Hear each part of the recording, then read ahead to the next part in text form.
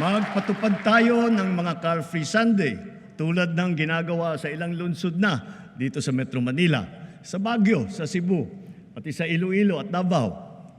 Bilang pagsuporta rito, simula ngayon, bubuksan ng Philippine Sports Commission sa publiko ang kanilang mga track and field oval sa Pasig, Maynila at Baguio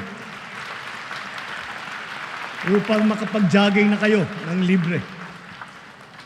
Magbubuhos tayo ng todo suporta sa mga palaro at mga atleta sa buong bansa. Halimbawa, ang palarong pambansa at ang Batang Pinoy Games na gaganapin sa General Santos City ngayong Oktubre. Bubuo tayo ng bagong pambansang programa para sa sports development. Uumpisahan natin ito sa paaralan pa lamang.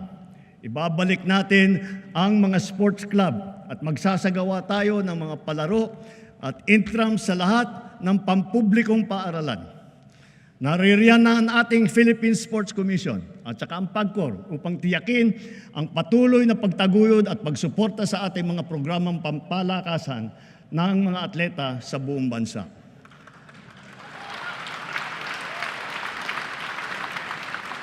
Dahil sa mga ito, ang ating kabataan ay maagang namumulat sa sport, humuhusay at tumataas ang kumpiyansa. Sumusunod sila sa yapak ng ating mga kampyon at world-class na athlete tulad ni Senator Manny Pacquiao, ni Heidelin Diaz, ni Kaloy Yulo, Ira Villegas, Nesty Petesio, EJ Obiena, Alex Ayala, ang Paralympian natin na sina Gerald Mangliwan, Sandy Asusano, Angel May Otom, at Ernie Gawilan.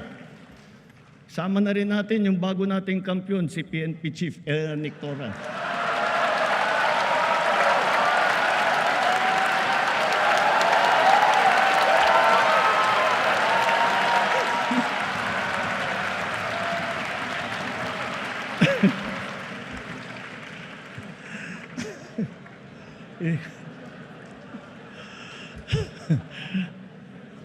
Gulat si Chief PNP.